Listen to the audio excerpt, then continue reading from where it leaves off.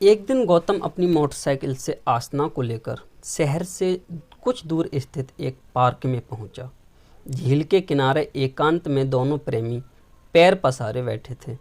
उन्हें लगा दूर दूर तक उन्हें देखने वाला कोई नहीं है। तभी झील के पानी में छपाक की धीमी सी आवाज़ हुई तो आसना बोली, लगता है किसी ने पानी में पत्थर फेंका है। कोई आसपास है और हमें देख रहा है। गौतम बोला, अरे ऐसा कुछ नहीं है, कभी कभी मछलियाँ ही पानी के ऊपर उछलती रहती हैं। यह उन्हीं की आवाज़ है। आसना के बालों से उठती भीनी भीनी मादक खुशबू से गौतम को बिन पिए ही अजीब सा नशा हो रहा था। उसने पूछा, तुम कौन से ब्रांड का तेल लगाती हो? आसना मुस्कुरा दी और फिर उसने धीरे धीरे गौतम की जांघ पर अपना सिर रख दिया। गौतम उसके लंबे बालों को हाथों में लेकर कभी सूंघता तो कभी सहलाता।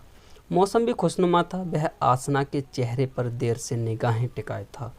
आसना ने पूछा, क्या देख रहे हो? तुम्हारे मृगनयनों को। आसना बोली, अब चलें, शाम हो चली है, अंधेरा होने से पहले घर पहुंचना होगा। कह वह धीरे धीरे उठ खड़ी हुई और अपनी साड़ी की सलवटें ठीक करने लगी। आसमानी रंग की प्लेन साड़ी उस पर अच्छी लग रही थी। तभी हवा का एक झोंका आया और उसके आंचल ने उड़कर गौतम के चेहरे को ढक लिया। गौतम ने उसके पल्लू को पकड़ लिया तो वह बोली, छोड़ दो आंचल। गौतम बोला, मौसम है आशिकाना और आज प्यार करने को जी चाह रहा है। आसना बोली, छोड़ो, देर हो रही है, चलो आज छोड़ देता हूँ।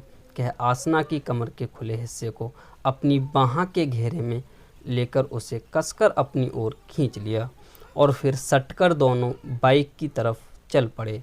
गौतम और आसना की इन हरकतों को थोड़ी ही दूर बैठा एक दंपति देख रहा था, डॉक्टर प्रेमलाल और डॉक्टर शीला माथुर। उस पार्क से थोड़ी दूर उनका अस्पताल था।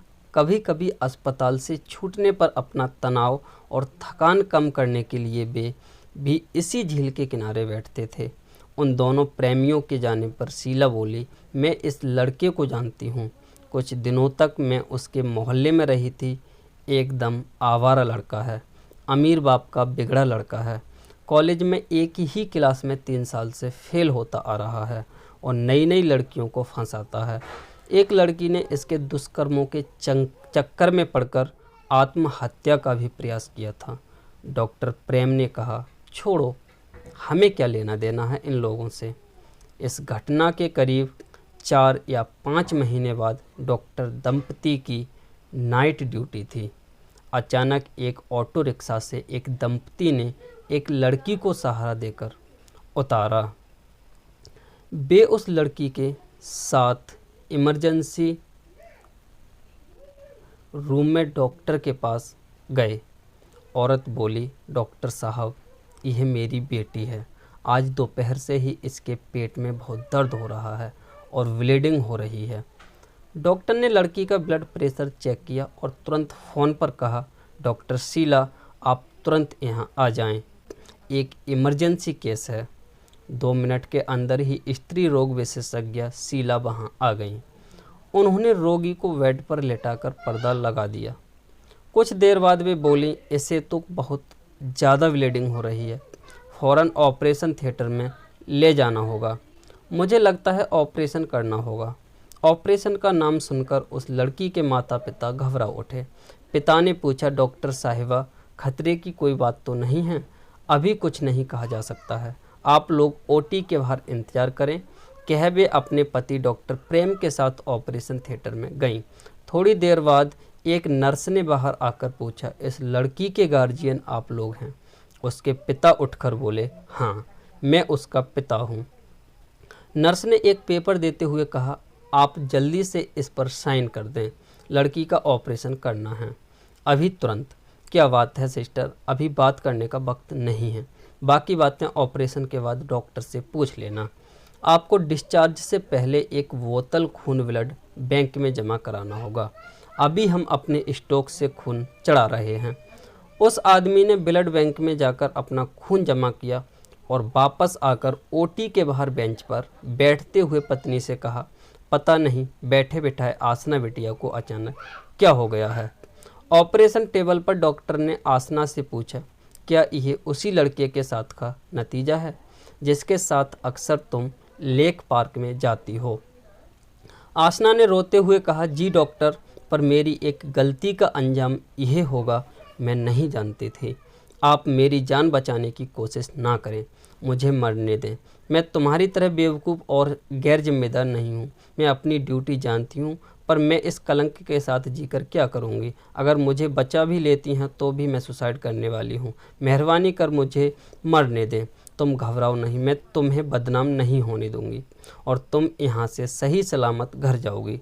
आगे अपनी पढ़ाई पर ध्यान देना और अपने माता पिता की इज्जत का ख्याल रखना।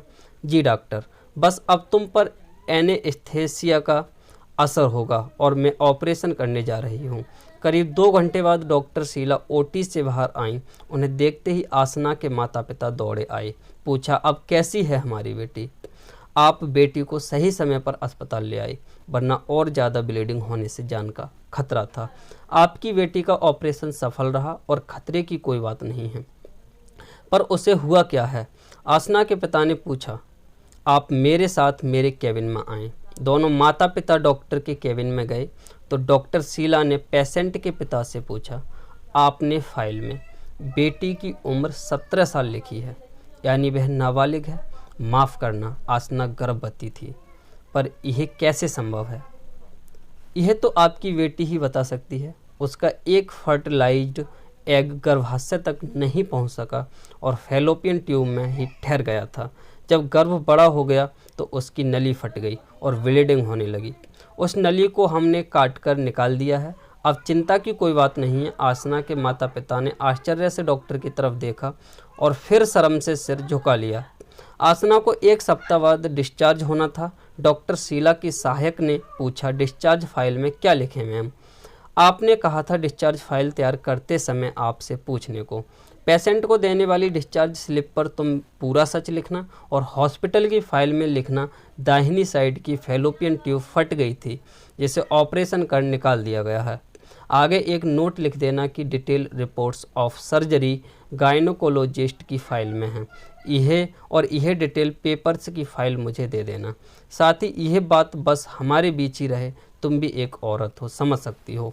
शीला के पति डॉक्टर प्रेम भी तब तक वहाँ आ गए थे। उन्होंने कहा, शीला, यह तुम क्या कर रही हो? हॉस्पिटल फाइल में ही ऑपरेशन नोट्स रहने दो। तुम्हें ऐसा नहीं करना चाहिए। पेशेंट के प्रति हमदर्दी का यह मतलब नहीं है कि तुम अस्पताल के नियम तोड़ दो। तरीके से तो आप सही कह रहे हैं, पर इस नाबालिग बच्ची की नाजायज़ प्रेगनेंसी की खबर और लोगों के बीच फैल सकती है, जिससे लड़की की बदनामी होगी। इसके भविष्य पर भी प्रतिकूल असर हो सकता है। मैं डॉक्टर के साथ एक औरत भी हूँ और इस लड़की का दर्द समझ सकती हूँ। फिर वे आसना के पिता से बोली, मुझे आपकी फ़ाइल में सच लिखना पड़ेगा। ये फ़ाइल आपकी है। आप चाहें तो इसे नष्ट करें या रखें। आपकी बेटी के हित में जितना मुझसे हो सकता था मैंने वही किया है। माँ ने पूछा, आसना भविष्य में माँ बन सकती है या नहीं? हाँ, बन सकती है। उसकी एक फैलोपियन ट्यूब बिल्कुल सही सलामत है, पर इसके ऑपरेशन का दाग तो पेट पर रह जाएगा। शादी के बाद कहीं पति को कोई शक की संभावना तो नहीं रहेगी? मैंने लेप्रोस्कोपिक विधि से ऑपरेशन किया है। बहुत ही छोटा सा चीरा लगाया है। उसके पेट पर कोई बड़ा निशान नहीं रहेगा। जो है वह भी जल्दी भर जाएगा। आसना की शादी में अभी काफ़ी समय बाकी है। मैंने उससे बात की है। वह अपनी भूल पर शर्मिंदा है और बता रही थी कि अब वह पढ़ाई पर सीरियस होगी और एमए करने के बाद ही शादी करेगी। आसना जब डिस्चार्ज होकर घर आई तो उसने माँ से कहा, अब मैं किसी को मुंह दिखाने लायक नहीं रही। जी कर क्या करूँगी? खबरदार जो ऐसी बेवकूफ़ी की बातें दिमाग में लाई, इसे एक हादसा समझकर भूल जाओ।